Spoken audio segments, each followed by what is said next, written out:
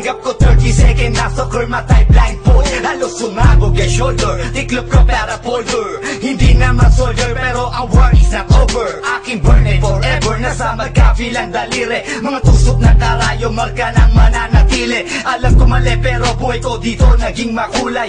Bala ang alay para sa aming mga kaaway. Ang mawalay sa minamahal, ako'y nakahanda na. May tiyempo ang kalaban ng edad, ihihito na. Pero teka muna, ito ba'y katotohanan? Mabigat na katanungan, ano ba pinaglalaban? Na dahil ba sagang buhay mo'y sa sakripisyo? Kahit alam mo nga hantong nga kulungan ng nicho. Ang peligro at bata sa buhay namin ay likas. Bawat luwang papasak, bala ang katumbas. Gusto mo ba na sumama sa mundo na magama, na may halong lungkot at saya at may kababala ang pagtubo sa sala ng iba ang kaligtasan sa isa't isa inasa.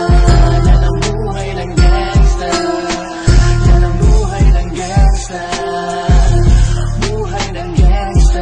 Wala nang takot dahil ultimo ka ba ay limot. Manhid na sa mga bantang, ilang ulit bumuntot. Ganto ang buhay na pinili ko't aking pinamulatan. Burado na sa isip ko na may kinabukas. Nasanay na sa sistema ang tema ng aking buhay. Kampo namin, kalsada at ilagera. Bawat away nagmisula musika, bawat putok na mamagitan sa pagitan ng alitan na walang pinaglalaban. Paligsahan na wala ni palakpakang masigabo. Binunoy 7 taon bago mahirang at mamuno na mag-OG sa Tondo at veterano ng Brown. Mula nung 1999 ngayon ay talk of the town. Nagsimula ko bilang homeboy na di mapapagsak.